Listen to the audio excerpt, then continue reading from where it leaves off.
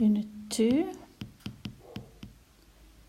We are doing part 2 of 2.1, and we're going to start with adding and subtracting like terms. Right, so we can only add and subtract like terms, and an important thing is whatever that variable part is which makes it a like term, it doesn't change when you add or subtract.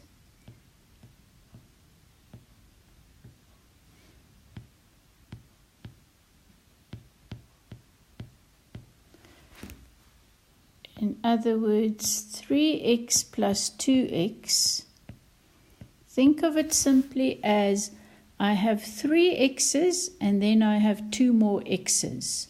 Now altogether I have 5, but they are still x's. They don't change. Right, let's look at an expression where we're going to add and subtract like terms. So we have 10x to the 3 minus 4x squared plus 5x to the 3 plus x minus a half x plus 6x squared. So we're going to look for the like terms. The 10x squared, we know there's an invisible plus in front of it. X to the 3, not squared, plus the 5x to the 3.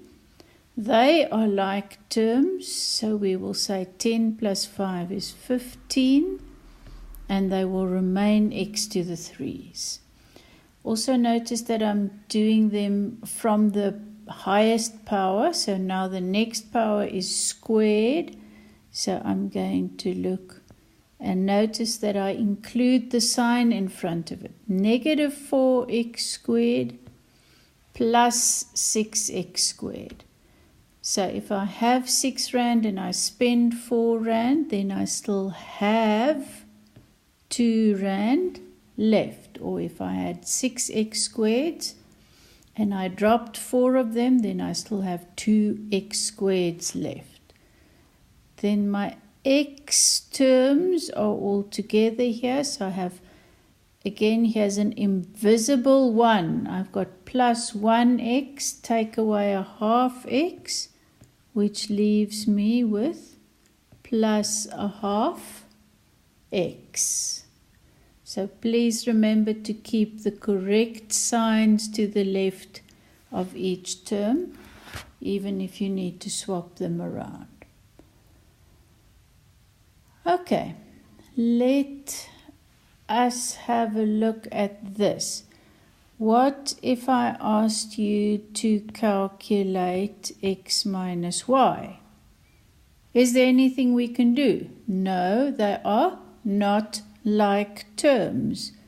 So your answer just remains exactly what it is, because x's and y's are different. You can swap them around and put the y first, but remember the negative must go before it. To the left of the x we had an invisible plus, which now we have to write.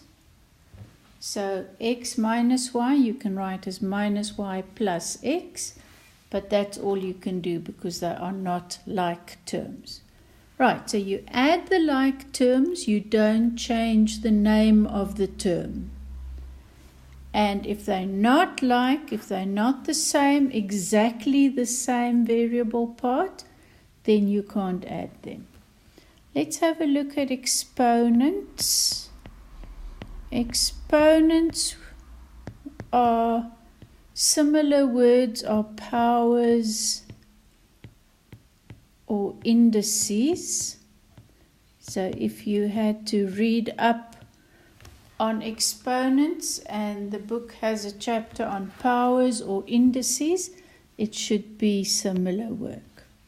Right, what do we mean by that? if I have anything to the power of 4, then it means times it by itself 4 times. So if I have 4a, that is not an exponent, that means add it to itself 4 times. So let's look at an example for each. If I had 2 to the 4, then I meant 2 times 2 times 2 times 2, which gives me 16. If I had 4 and now I need my bracket because it's not variables, I can't just write 42, then I'm saying 42. Then I mean 2 plus 2 plus 2 4 times, but we also just know 4 times 2 is 8. So note the difference. 4a is not a power, it's simply adding 4 of them. Some important rules regarding indices. One is that any number to the power of 1 is just itself. So basically, if you see any variable with no power, then there's an invisible power of 1. So if I just had an x, it actually means x to the power of 1. The other rule is anything, let's just use a different variable, to the power of 0 is 1. Anything to the power of 0 is 1. There's one exception. Not 0 to the 0. That again is undefined. Not allowed. Against the rules. Okay, so I could have something like this.